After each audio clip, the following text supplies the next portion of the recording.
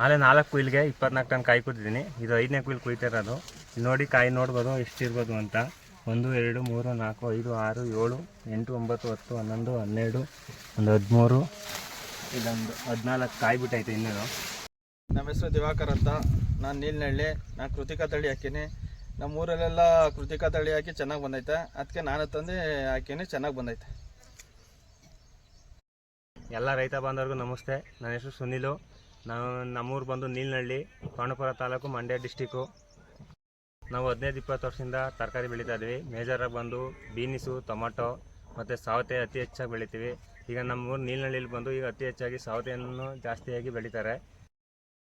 ಇಲ್ಲಿಂದ 1 ಎಕರೆ ಜಮೀನಲ್ಲಿ ಮೊದಲು ಬೇರೆ ಬೇರೆ ತಳಿಯೆಲ್ಲ 8,000 ಸಸಿ ನಾಟಿ ಮಾಡ್ತಿದ್ದು. ಇವಾಗಲೂ 8,000 ನಾಟಿ ಮಾಡ್ತಾ ಇರೋದು. ಮೊದಲೆಲ್ಲ ಮಾಡ್ತಿದ್ದು ಸೌತೆ ತಳಿಲೆಲ್ಲ 3 ಟನ್ ಕುಯ್ತಿದ್ದೆ ಹೆಚ್ಚು. ಇವತ್ತು ಅದೇ 8,000 ಪೈರಿಗೆ ಕೃತಿಕಾ ಸೊಸಿಲಿ 7ರಿಂದ 8 ಟನ್ ಕಟಾವು ಮಾಡ್ತಾ ಇದ್ದೀನಿ ನಾನು ಕುಯ್ಲಿಗೆ. ಚೆನ್ನಾಗೈತೆ.